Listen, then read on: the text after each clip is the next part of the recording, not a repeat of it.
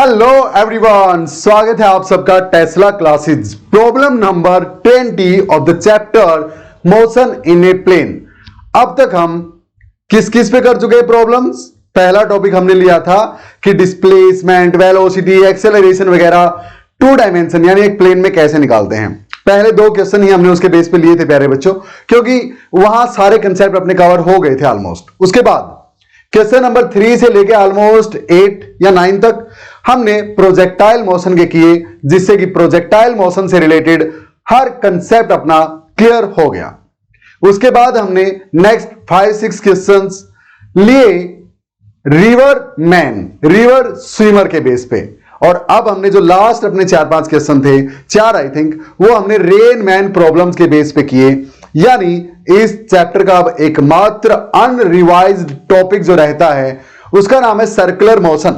चाहे वो यूनिफॉर्म वाला हो ना या फिर नॉन यूनिफॉर्म वाला हो, अगर आप ये सारे क्वेश्चंस कर लेते हैं तो जैसा कि मैंने आपको प्रॉमिस किया है, किसी भी कंपीटिटिव एग्जाम में आने वाला कोई भी क्वेश्चन आपकी पहुंच से बाहर नहीं होगा। करें फिर स्टार्ट। चलिए भाई, सर्कुलर मोशन पे अपनी पहली प्रॉब्लम और total problem number 20 of this chapter. चलिए, पहले पोज करना है, खुद से करने की कोशिश करनी है, और फिर मैं करवाऊंगा ही आपको। बिल्कुल मोस्ट बेसिक क्वेश्चन से करके टफेस्ट तक चलेंगे, ताकि कंसेप्ट आपको सारे रिवाइज ना सिर्फ हो जाएं बल्कि उनसे रिलेटेड प्रॉब्लम्स भी आप इजीली सॉल्व कर सकें। A car moving in a circle of radius 4 metre. एक कार एक सर्कल में चल रही है, 4 मीटर रेडियस है सर्कल का, कंप्लीट्स 2 क्लॉकवाइज, अच्छा, एंड 1/2 सर्कल एंटी क्लॉकवाइज। तो 2, मान लिया यहां से चली तो 2 चक्कर तो क्लॉकवाइज और फिर आधा चक्कर एंटी क्लॉकवाइज, यानी यहां आ जाती है फाइनली। हां, तो बोलता है कि एंगुलर डिस्प्लेसमेंट निकालो कार की, और एंगल कितनी कवर की है कार ने वो निकालो। तो सुनो प्यारे बच्चों, डिस्प्लेसमेंट और एंगुलर डिस्प्लेसमेंट अलग अलग चीजें हैं। हां, डिस्प्लेसमेंट तब देखते हैं हम जब कोई बॉडी एक प्लेन में ऐसे चल रही हो, स्ट्रेट लाइन में गई, है ना, हमने 1 डायमेंशन में देखी, लेकिन यहां डायमेंशन 2 है, प्लेन है, एक्स की तरफ यहां से यहां आया, यहां से अगर यहां गया तो यहां से अगर यहां गया तो एक्स की तरफ इतना चला और वाई की तरफ इतना, यानी प्लेन में वो चल रहा है। यहां पे ये प्लेन है प्यारे बच्चों। तो सुनो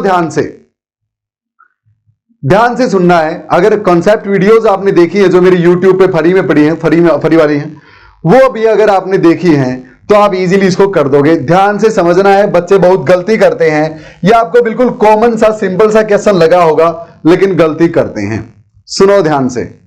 जब एक बॉडी यहां से स्टार्ट करती है पॉइंट ए से, अच्छा सर, और ऐसे सर्कल में एक चक्कर पूरा उसने कर लिया, बॉडी ने अपना एक चक्कर पूरा कर लिया, ए से स्टार्ट होके ए पे ही आ गई, तो बॉडी की डिस्प्लेसमेंट कितनी है?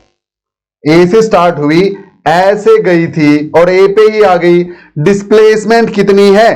सर 0। बिल्कुल प्यारे बच्चों, इनिशियल और फाइनल पोजीशन यही है, तो डिस्प्लेसमेंट 0 है। तो क्या एंगुलर डिस्प्लेसमेंट भी 0 लिख दूं? ना, नहीं लिखना। क्यों? सुनो ध्यान से प्यारे बच्चों।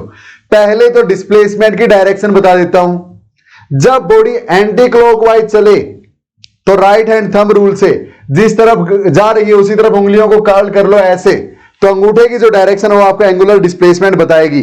तो जब बॉडी एंटी क्लॉकवाइज चली तो एंगुलर डिस्प्लेसमेंट थी बाहर की तरफ, और जब वो क्लॉकवाइज चलेगी यानी ऐसे, तो मैं अब उंगलियों को ऐसे तो कर नहीं सकता, उल्टा ऐसे ही होंगी ये, तो मैं हाथ को ऐसे कर लूंगा। अब उंगलियां जब गाड़ी ऐसे जाएगी तो उंगलियां जब क्लॉकवाइज चलेगी तो अंगूठा अंदर की तरफ है, यानी एंगुलर डिस्प्लेसमेंट की डायरेक्शन अंदर की तरफ होगी। क्या मेरी बात क्लियर है? एंगुलर डिस्प्लेसमेंट की डायरेक्शन निकालनी सीखी जब बॉडी सर्कल में चलती है। चलो भाई, अब दूसरी बात, जब एक बॉडी अपना एक चक्कर कंप्लीट करके वापस आ गई तो इसके एंगुलर डिस्प्लेसमेंट की डायरेक्शन किस तरफ है? सर बाहर की तरफ। एक बात बताओ, कार यहां चल के यहां आ गई, बाहर की तरफ तो कुछ आया ही नहीं सर, तो एंगुलर डिस्प्लेसमेंट बाहर की तरफ कैसे?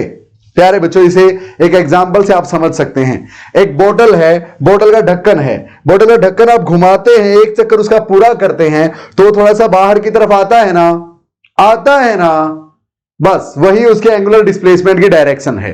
क्लियर? आप बोतल का ढक्कन उल्टा घुमाते हैं तो अंदर की तरफ जाता है ना, बस वही उसके एंगुलर डिस्प्लेसमेंट की डायरेक्शन। आ गया समझ में? अब सुनो निकालते कैसे हैं एंगुलर डिस्प्लेसमेंट। सुनना भैया, ये एक चक्कर काट के वापस यहीं पे आ गई, इसने कितनी एंगल ट्रेवल की? 2 पाई। फिर एक चक्कर और काट के यहीं पे आ गई, फिर से कितनी एंगल ट्रेवल की? 2 पाई।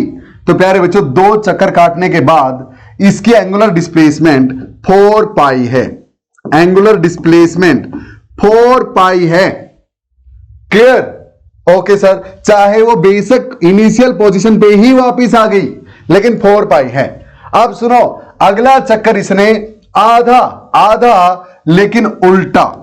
अब आधा चक्कर उल्टा यानी इस तरफ, तो अब उल्टी डायरेक्शन में है एंगुलर डिस्प्लेसमेंट।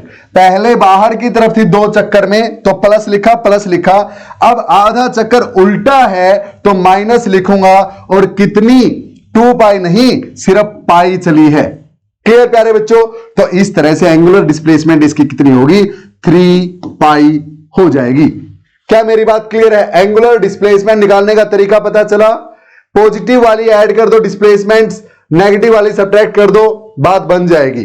अब एंगल कवर्ड वही चीज है जो डिस्टेंस होती है, जो डिस्टेंस होती है।